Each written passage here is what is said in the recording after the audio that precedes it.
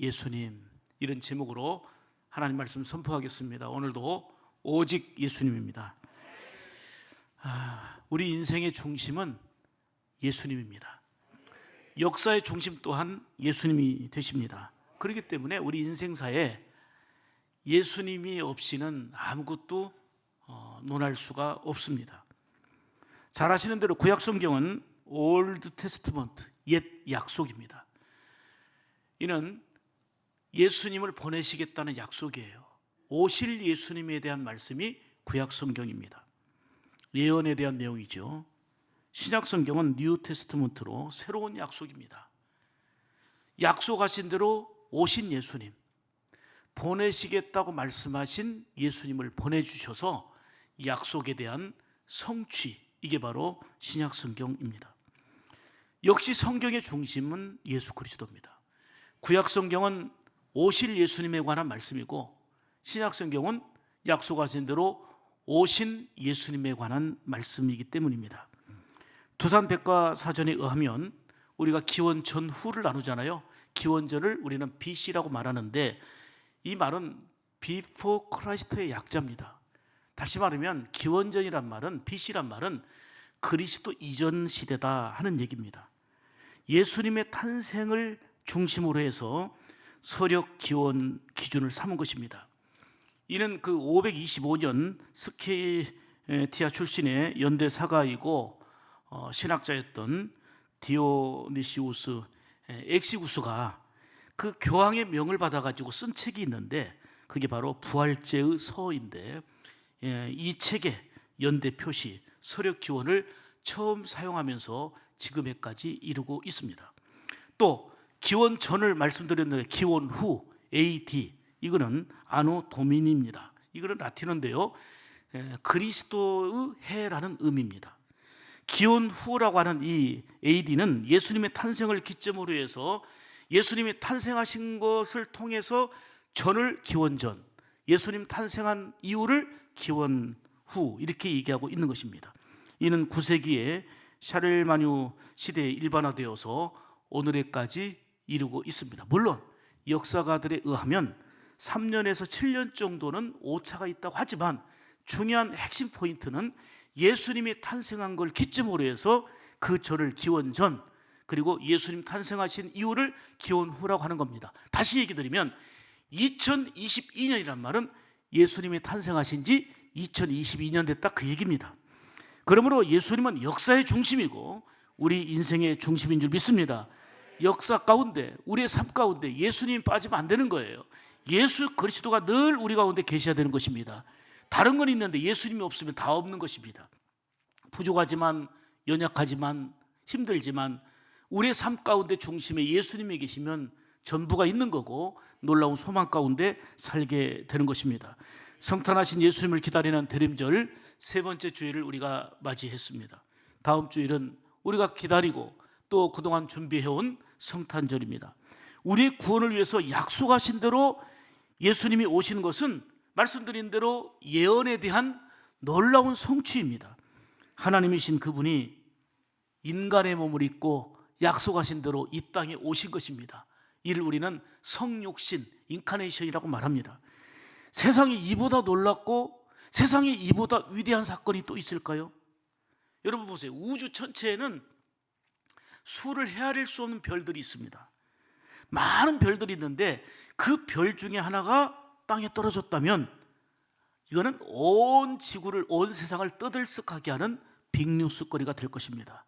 그냥 뭐 늘 9시 뉴스, 아니 뉴스마다 나오게 되고 화제거리가 될 것입니다. 그런데 하나님이신 그분이 인간의 몸을 입고 이 땅에 오신 사건은 하늘에서 별 하나 떨어진 거하고 비교할 수 없는 빅뉴스, 위대한 사건 중에 사건입니다. 이보다 큰 사건이 또 어디 있겠습니까? 그런데 중요한 것은 그 성육신이 저와 여러분을 위한 것이라는 사실입니다. 이를 생각할 때에 성육신하신 예수님을 우리는 생각만 해도 감사하고 생각만 해도 기쁨이고 은혜요 소망이 아닐 수가 없는 것입니다. 덴마크의 신학자인 그 유명한 그 키에르케고르는 하나님의 사랑에 대해서 표현은 해야 되겠는데, 성육신하신 예수님에 대해서 표현을 해야 되겠는데 어떻게 표현할까? 이런 고민하다가 그의 글에 왕과 시골 처녀의 사랑이라는 글을 써서 성육신하신 예수님, 하나님의 사랑을 이렇게 그 당시에 표현을 했습니다. 한 나라 왕이 나라를 이렇게 순회하다가 시골로 순회차 내려갔습니다. 거기서 마음에 딱 드는 처녀를 만난 것입니다. 아내로 맞이하고 싶어서 신하에게 말했습니다. 저 여인을 데리고 와라, 결혼하고 싶다. 그랬더니 신하가 거절합니다. 폐하, 왕의 신분으로 천민과 결혼하면 안 되십니다. 그러자 왕이, 그러면 내가 시골로 내려가서 저 여인과 꼭 결혼하고 싶다. 그랬더니 신하는, 폐하, 그것도 안 됩니다. 왕의 신분으로 시골에 내려가면 아니 됩니다 라고 또 만류를 했습니다. 이 왕은 이 여인을 너무 사랑해서 아예 왕의 자리를 포기하고 일반 백성이 되어서 시골로 내려가서 그 처녀와 사랑으로 결혼하게 된 그런 이야기입니다. 키에르케고르는 하나님이 우리 인간을 사랑하셔서 이 땅에 친히 사람의 몸을 입고 성육신 하신 사건, 하나님의 사랑에 대해서 그의 글로서 잘 표현해주고 있는 내용입니다. 그렇습니다. 성육신 하신 예수님은 하나님의 약속의 말씀에 대한, 예언에 대한 성취요, 아멘, 우리 인간을 사랑하시는 징표입니다. 하나님은 오늘 본문 말씀을 통해서 성육신 하신 예수님에 대해 세 가지로 생명의 말씀을 주십니다. 첫째로 성육신 하신 예수님은 사람의 몸을 입고 이 땅에 오셔서 하나님을 보여주셨습니다. 아멘. 오늘 본문 18절 보실까요? 본래 하나님을 본 사람이 있어요, 없어요? 없으되 아버지 품속에 있는 독생하신 하나님이 나타나셨느니라. 하나님을 볼 수 없는데 성육신 하신 예수님이 하나님을 보여주신 것입니다. 하나님은 영이시기 때문에 우리의 눈으로 볼 수가 없습니다. 그런데 사람의 몸을 입고 이 땅에 오신 예수님을 통해서 우리는 하나님을 볼 수 있게 된 것입니다. 그래서 예수님은 뭐라고 말씀하셨어요? 나를 본 자는 하나님을 보았다, 이렇게 말씀하신 거예요. 사람들은 눈에 보이지 않는데 하나님이 어디 계신가? 아무리 봐도 안 보이는데 하나님은 어디 계신가? 이런 질문들을 하는 사람들이 많이 있습니다. 모세가 광야에서 양을 칠 때에 모세야 모세야 하고 부르시는 하나님의 음성이 있었습니다. 하나님, 당신은 누구십니까? 내가 사람들에게 당신을 누구라고 설명을 해야 되겠습니까? 뭐라고 얘기를 해야 되겠습니까? 이때 하나님께서는 말씀하셨습니다. I am who I am. 나는 스스로 있는 자니라. 나는 스스로 있는 자니라. 누구에 의해서 출발된 것도 아니고 스스로 계신 자존자요, 전능자이심을 말씀하신 것입니다. 빌립이 예수님께 질문했죠. 주여, 아버지를 우리에게 보여주시옵소서. 그리하면 족하겠나이다. 다시 말하면 하나님이 안 보이는데 하나님을 좀 보여주십시오. 하나님을 보고 싶은데 안 보이지 않습니까? 하나님을 보여달라고 빌립이 얘기할 때에 예수님께서 이렇게 말씀하셨는데, 조금 길지만 성경 우리가 같이 읽겠습니다. 요한복음 14장 9절에서 11절입니다. 천천히 같이 읽습니다. 시작. 빌립아, 내가 이렇게 오래 너희와 함께 있으되 내가 나를 알지 못하느냐? 나를 본 자는 아버지를 보았거늘. 아멘. 나를 본 자는 아버지를 보았거늘. 더 계속 읽겠습니다. 어찌하여 아버지를 보이라 하느냐? 나는 아버지 안에 있고 아버지는 내 안에 계신 것을 내가 믿지 아니하느냐? 내가 너희에게 이르는 말이 스스로 하는 것이 아니라 아버지께서 내 안에 계셔 그 일을 하시는 것이라. 내가 아버지 안에 있고 아버지께서 내 안에 계심을 믿으라. 그렇지 못하겠거든 행하는 그 일을 인하여 나를 믿으라. 크게 아멘 합시다. 아멘. 나를 본 자는 아버지를 보았거늘, 이렇게 말씀하셨어요. 예수님은 하나님의 아들로서 육신의 몸을 입고 이 땅에 오셔서 하나님을 보여주신 것입니다. 18절 말씀 다시 읽습니다. 본래 하나님을 본 사람이 없으되 아버지 품속에 있는 독생하신 하나님이, 예수 그리스도가 나타내신 거예요. 하나님을. 아멘. 인간이 영이신 하나님을 볼 수가 없었어요. 그래서 모세가 시내산에서 하나님과 독대하면서 십계명을 받고 그리고 율법을 받을 때도 하나님을 직접 배울 수가 없었습니다. 그런데 이제는 우리가 성육신하신 예수님을 통해서 하나님을 볼 수 있게 된 것입니다. 좀 이해를 위해서 당시의 사건을 좀 들어서 설명을 하겠습니다. 이 내용이 너무 핵심적인 내용일 뿐만 아니라 중요합니다. 그 당시에 로마는 많은 나라들을 지배하고 관리하고 다스렸단 말입니다. 그러다 보니까 장군들이 곳곳에 전쟁터에 나가 흩어져 있는 거예요. 왜요? 많은 나라들을 이미 정복했고 지배하고 관리하고 있기 때문에. 근데 황제의 고민은 이 장군들에게 작전 메시지를 전해야 되겠는데 어떻게 전달할 건가? 오늘날과 같이 뭐 전화가 있는 것도 아니고 메일이 있는 것도 아니고 어떻게 친히 사람을 보내어서 메시지를 전달해야만 했는데, 노예가 황제의 메시지를 가지고 가다가 적군에게 잡히면 끝이잖아요. 비밀이 탄로가 나잖아요. 작전이 탄로나잖아요. 그러다가 방법을 생각했는데 그것은 노예의 머리를 완전히 밀어가지고 그 머리에다가 황제의 메시지를 바늘로 문신을 해요. 문신을 해가지고 그 메시지를 이 머리에 새기고, 그 다음에 이 노예가 조금 머리가 자란 다음에 이제는 필요한 장군에게 보냅니다. 혹 적군에게 잡힌다 할지라도 비밀이 탄로나지 않게 한 방법 중에 그 당시의 방법이었습니다. 황제가 보낸 그 노예가 도착하게 되면 장군은 그 노예의 머리카락을 깎아가지고 작전 명령을 그 당시에 확인을 했습니다. 자, 제가 얘기 드리는 건 이거예요. 지금 이 장군에게 누가 왔어요? 황제가 보낸 노예가 왔죠. 노예가 왔을 때에 이 장군은 노예가 왔다라고 얘기하지 않습니다. 분명히 노예인데 노예가 왔다라고 얘기하지 않고 황제의 메시지, 황제의 말씀이 왔다라고 얘기합니다. 지금 이 노예를 보낸 그 노예를 통한 사명은 뭐냐면 황제의 메시지 전달이거든요. 그렇기 때문에 노예가 왔다, 노예를 맞이하는 게 아니고 황제의 말씀, 황제의 메시지가 왔다고 하는 것입니다. 사랑하는 여러분, 예수 그리스도는 인간의 몸을 입고 이 땅에 오셔서 예수님을 통해서 하나님을 보여주셨고 하나님의 메시지를 구체적으로 우리에게 증거해 주신 것입니다. 하나님의 메시지가 뭡니까? 인간의 몸을 입고 이 땅에 오신 예수님을 통해서 하나님을 보여주시고 우리에게 보여주신 하나님의 메시지는 바로 이것입니다. 죄로 인해 지옥 백성이 될 인간에게 예수 믿어 죄사함 받고 구원에 이르는 하나님의 자녀가 된다는 메시지인 겁니다. 그래서 요한복음 6장 40절에 이렇게 말씀하죠. 내 아버지의 뜻은, 이게 뭐예요?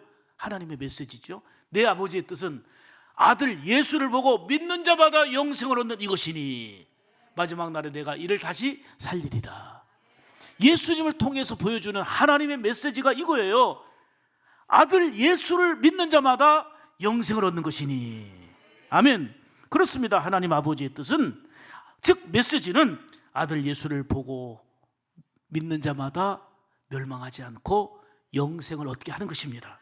그러므로 예수님의 성탄은 우리의 기쁨이자 절대적인 소망인 것입니다. 예수님을 통해서 누구를 보여주셨어요? 하나님을 보여주시고 영생을 누리게 하시는 하나님의 메시지, 하나님의 뜻을 우리에게 분명하게 알게 해주셨습니다. 이 은혜를 우리가 감사하며 더 복되게 성탄을 준비하고 맞이하기를 주의 이름으로 축복합니다. 두 번째로, 성육신 하신 예수님은, 따라서 합시다, 은혜와 진리로 충만하신 분이다. 아멘. 14절 말씀 보시겠습니다. 말씀이 육신이 되어, 다 같이 시작. 말씀이 육신이 되어 우리 가운데 거하심에 우리가 그 영광을 보니 아버지의 독생자의 영광이요 은혜와 진리가 충만하더라. 아멘. 성육신 하신 예수님은 뭐로 충만해요? 은혜와 진리로 충만하고, 그분은 우리에게 은혜와 진리로 충만케 하시는 분이시다, 그 말이에요. 은혜란 말은 헤세드예요, 헤세드. 그리고 헬라어로는 카리스, 히브리어로는 헤세드. 이게 은혜거든요. 자격이 없는 자에게, 받을 만한 어떤 조건이 없는 자에게 거저 주시는 하나님의 선물, 공짜로 주시는 하나님의 선물, 이게 헤세드예요. 이게 은혜인 거예요. 최고의 은혜는 죄로 인해서 영원한 멸망의 길로 가게 될 우리를 용서해 주시고, 아멘, 건져 주시고 구원해 주신 것입니다. 그래서 에베소서 1장 7절에 보면 우리가 그리스도 안에서 그의 은혜의 풍성함을 따라 그의 피로 말미암아 구속 곧 죄사함을 받았으니, 아멘이지요. 에베소서 2장 8절, 너희가 그 은혜를 인하여 믿음으로 말미암아 구원을 얻었나니 이것이 너희에게서 난 것이 아니요 누구에게서 나온, 하나님에게서 온 선물이라는 것입니다.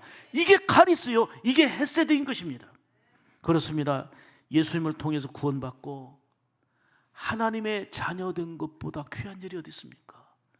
그래서 부모님을 최고로 존경하고 살아간다면 부모님을 예수 믿게 해야 되고, 자녀를 아끼고 사랑한다면 어떤 일이 있어도 자녀들이 예수 안에 살게 해야 되는 것입니다. 이거는 교회의 부흥과 교회의 성장과 빈자리를 채우기 위한 게 아닙니다. 최고의 사랑이요 최고의 복이 예수 그리스도를 통해서 구원받아 하나님의 자녀로 살아가는 것이기 때문입니다. 그것 때문에 예수님은 오셨고 예언된 대로 성취된 놀라운 위대한 사건 아닙니까? 사랑하는 여러분, 날마다 우리는 은혜와 진리로 충만한 예수님 안에 살아야 합니다. 오늘 본문 12절 13절 다시 보겠습니다. 12절 13절 시작. 영접하는 자 곧 그 이름을 믿는 자들에게는 하나님의 자녀가 되는 권세를 주셨으니 이는 혈통으로나 육종으로나 사람의 뜻으로 나지 아니하고 오직 하나님께로서 난 자들이니라. 아멘. 예수님을 영접하여 하나님의 자녀 된 것은 그야말로 최고의 은혜입니다. 주님은 우리가 예수님을 바로 알고 바로 믿고 바로 사는 것을 기뻐하십니다. 주님이 제자들에게 물었습니다. 세상 사람들이 나를 누구라 하느냐? 그리고 난 다음에 너희는 나를 누구라 하느냐? 여론 말고 너희들은 나를 어떻게 보느냐? 누구로 아느냐?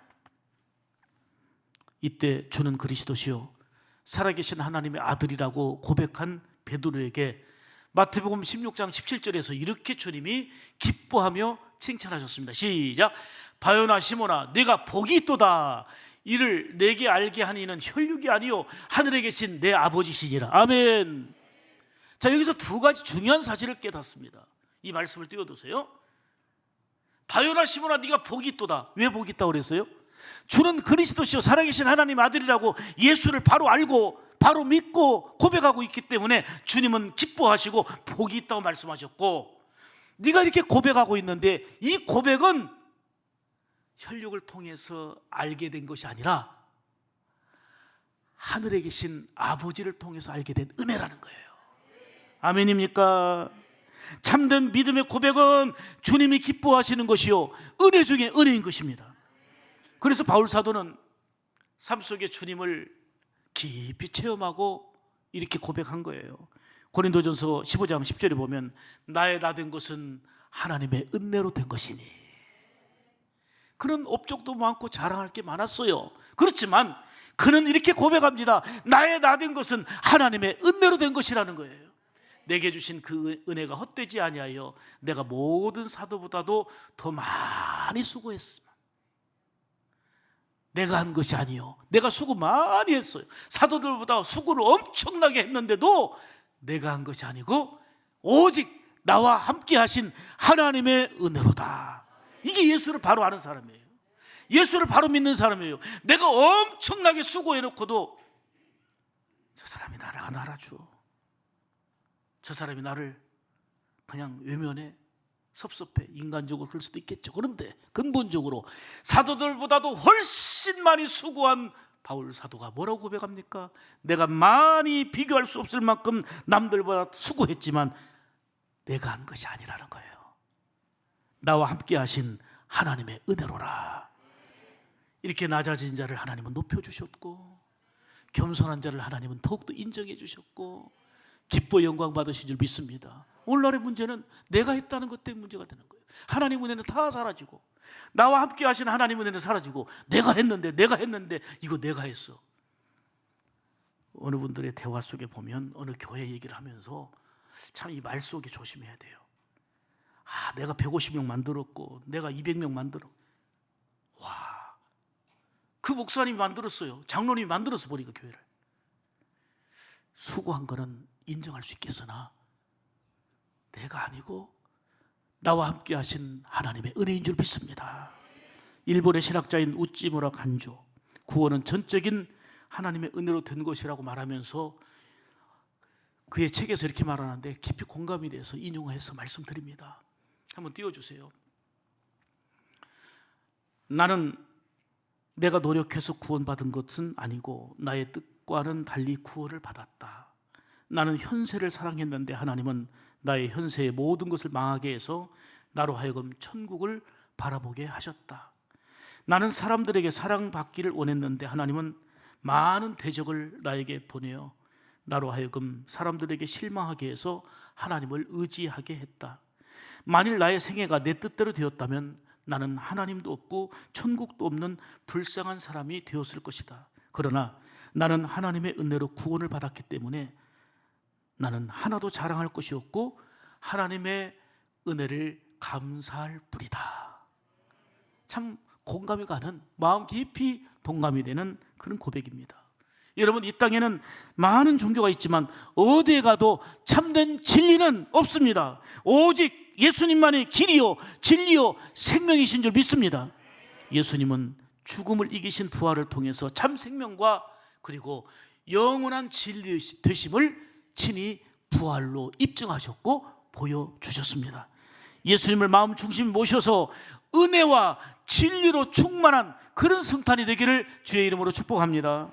세 번째로, 성탄하신 예수님은 영원한 생명을 얻게 하신 분이십니다.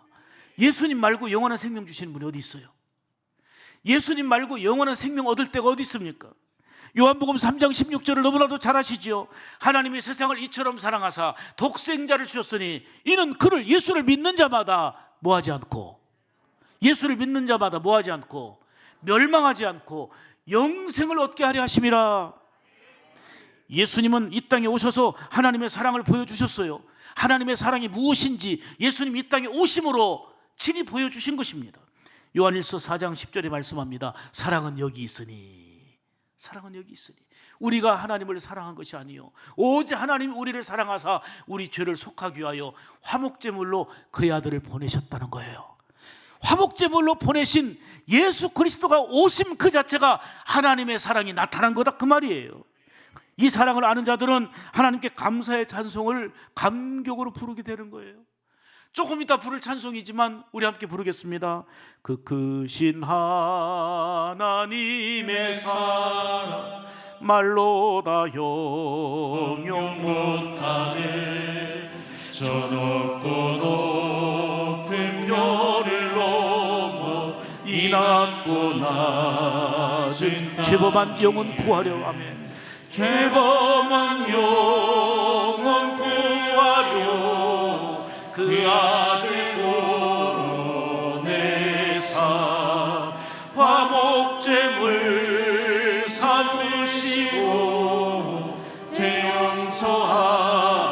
하나님의 크신 사랑 측량할 수 없습니다. 하나님 크신 사랑을 측량 다 못하네. 영원히 변치 않는 사랑 성도여 찬양하세. 할렐루야. 하나님의 사랑이 얼마나 큰지 그 사랑을 아는 사람은 바다를 먹물로 삼고 하늘을 두루마리 삼아도 그 크신 하나님의 사랑을 다 기록할 수 없더라고 넘치는 하나님의 사랑에 대해서 고백하는 거죠. 하나님이 독생자 예수님을 이 땅에 보내신 것은 우리를 사랑하신 증거이고 그리고 우리에게 영원한 생명을 주시기 위함이었습니다.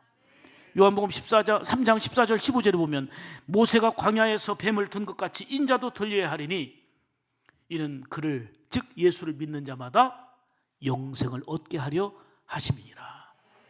여러분, 예수 믿는 거는요 취미생활 아니에요. 기독교 이 종교 생활이 아니에요. 아무리 열악하고 힘들고 핍박이 있고, 아니 덜 잘 사는 세상이 되고 기후의 변화가 있고 별 세상이 난리가 나도 예수님은 생명의 구주로 반드시 믿어야 할 뿐입니다. 영생을 주시는 분은 오직 예수님밖에 없기 때문에. 그러므로 우리 가족이 예수 믿어야 되고, 우리 자녀들이 예수 믿어야 되고, 우리 사랑하는 사람들이 예수 믿어야 되는 것입니다. 자, 보세요. 민수기 21장에 보면 출애굽한 이스라엘 백성들을 광야 생활할 때 하나님이 얼마나 구체적으로 인도하셨습니까?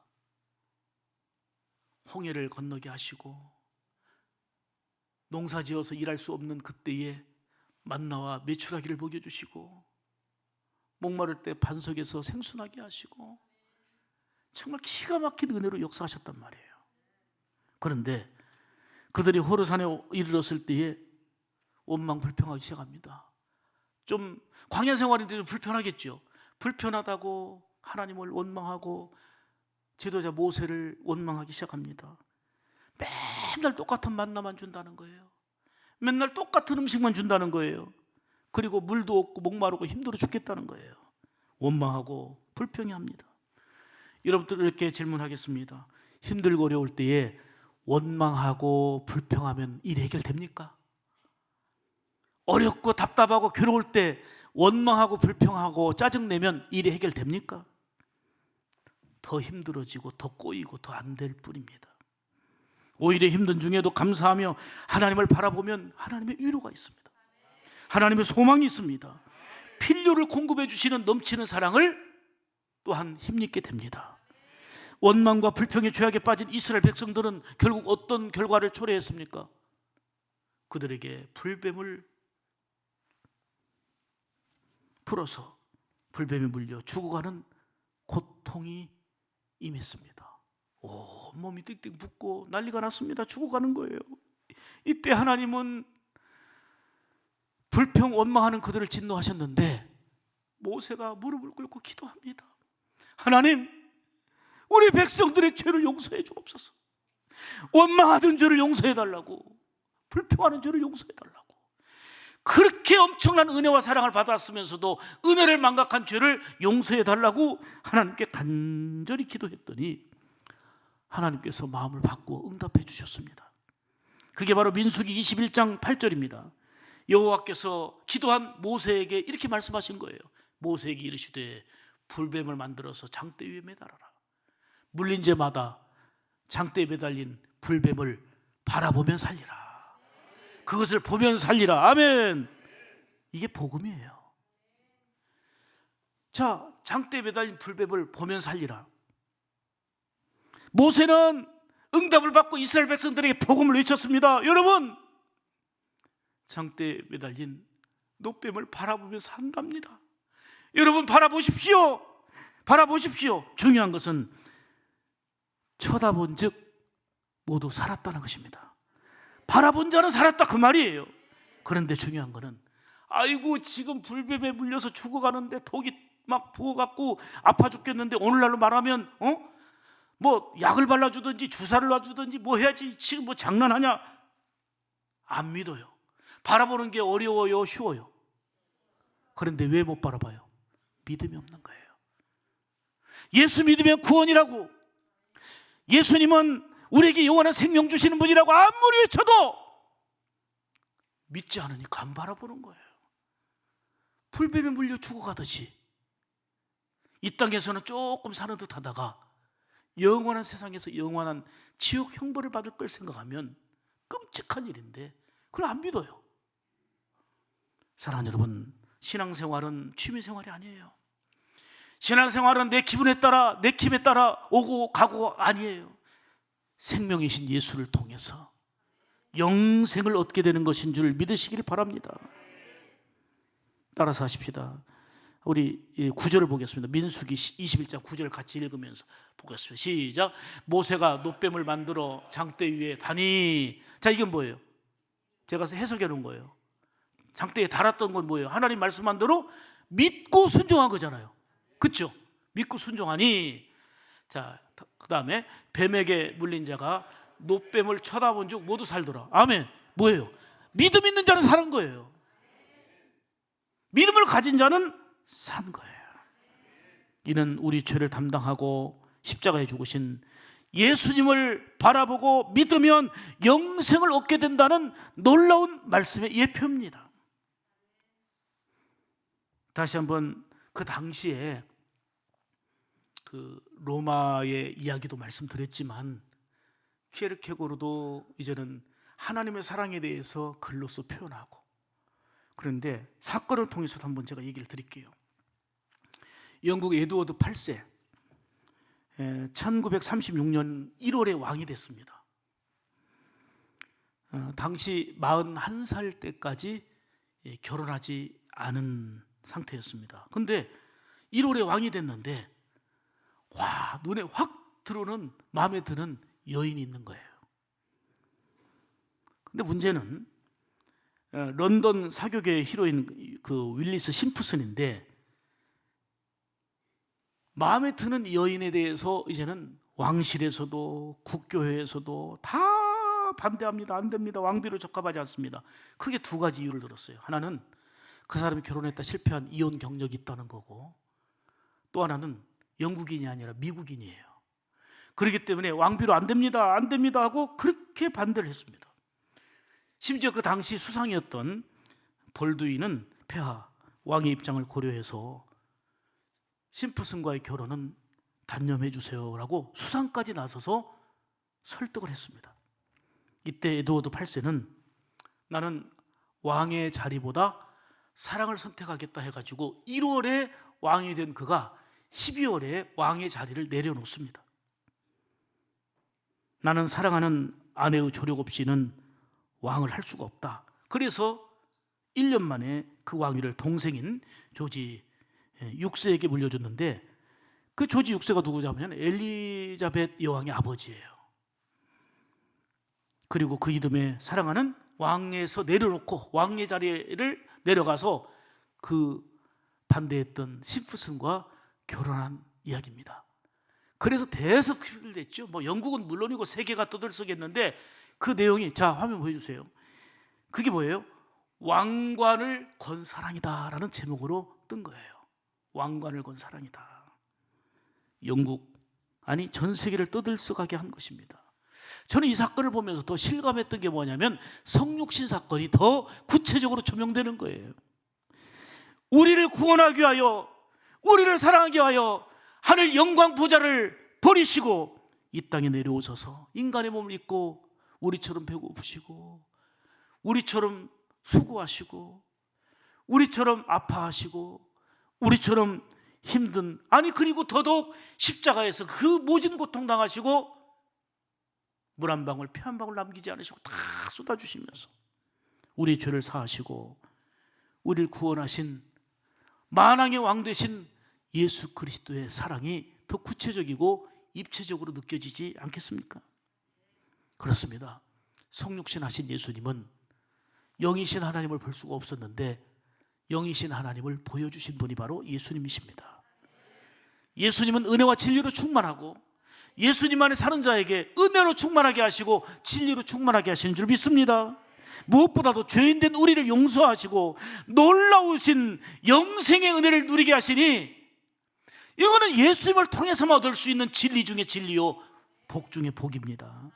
우리는 이런 감격 어린 은혜와 사랑을 감사하면서 해마다 돌아오는 12월 25일 성탄이 아니라 더 뜻깊은 성탄을 맞이하면서 매사에 예수님과 상관이 있는 복된 삶을 살아가는 우리 온 성도들의 삶이 되기를 주님의 이름으로 축복합니다.